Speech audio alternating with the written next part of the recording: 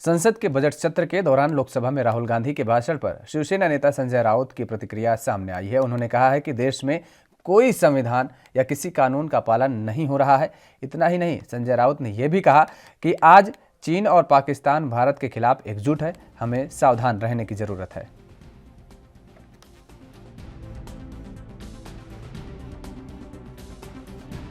कोई संविधान, कोई कानून का पालन नहीं हो रहा है।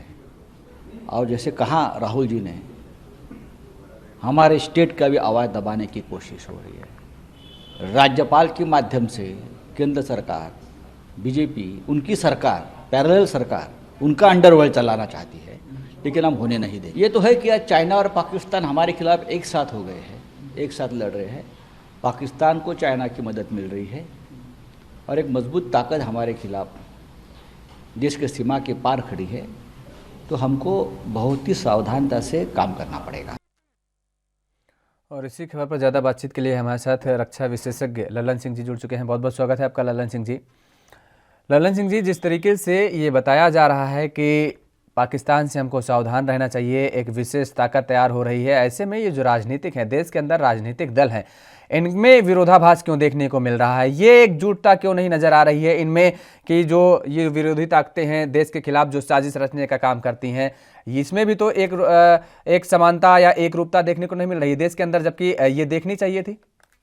जोगेश जी, आपने बहुत सही कहा, क्योंकि मैं एक फौजी हूं और फौजी सोच से मैं बताना चाहूंगा कि कल जो अपना राहुल गांधी जी का और अभिभाषण के ऊपर जो धन्यवाद प्रस्ताव के ऊपर चर्चा में उन्होंने जो बोला है वो ठीक है। एक कांग्रेस के नेता हैं या कोई शिवसेना का कोई मेंबर ऑफ पार्लियामेंट किसी तरह का बयान देता हो, वो सब अलग चीजें हैं। लेकिन मुझे ये समझ में आ रहा है कि दुश्मन तो दुश्मन मिलेंगे ही, क्योंकि उनको भारत के साथ उनको टक्कर लेना है। तो पाकिस्तान और चीन एक साथ हो गए हैं, ये कोई नई चीज नहीं है। मैं आपको बताना चाहता हूं कि ये बातें समझ में नहीं आती कि चीन और पाकिस्तान कोई नया नहीं आया।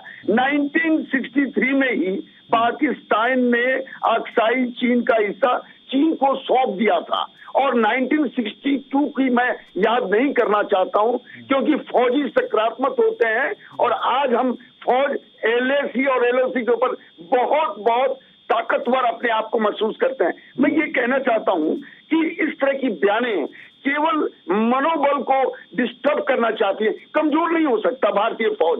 तो मैं ये भी बताना चाहता हूं कि अगर आप आज द कलेक्शन समाचार पत्र ऑस्ट्रेलिया का, जिसमें लिखा हुआ है अंग्रेजी में कि China hiding losses of soldiers, जिसमें उन्होंने साफ कहा है कि 9 गुना पीएलए के सैनिक मारे गए थे।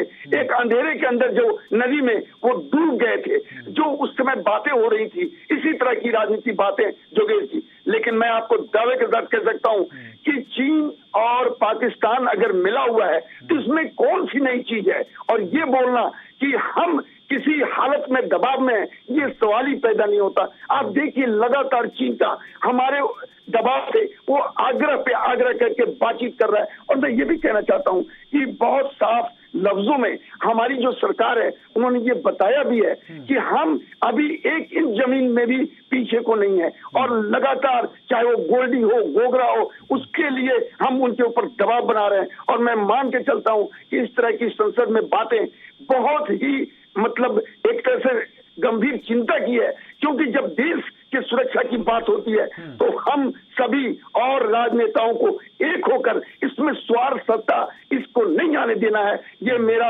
आपके माध्यम से आग्रह भी है और एक तरह का अपील भी है। बिल्कुल बिल्कुल ललन सिंह जी, लेकिन जिस तरीके से अगर अपने जवानों की बात करें तो उनमें इतनी काबिलियत और इतना सक्षम है वो कि दुश्मनों के घर में खदेड़ करके आ सकते हैं। लेकिन सबसे बड़ी बात यह है कि जिस तरीके से इन शब्दों का प्रयोग किया जा रहा है, इस तरह की बातें, बयानबाजी दी जा रही है, ऐसे में आपने एक शब्द कहा कि मनोबल गिराने का काम किया जा रहा है। अगर मनोबल गिराने का काम किया जा रहा है तो कहीं ना कहीं आने वाले समय में ये हमारे लिए भी घातक साबित हो सकता है, ऐसी बयानबाजी।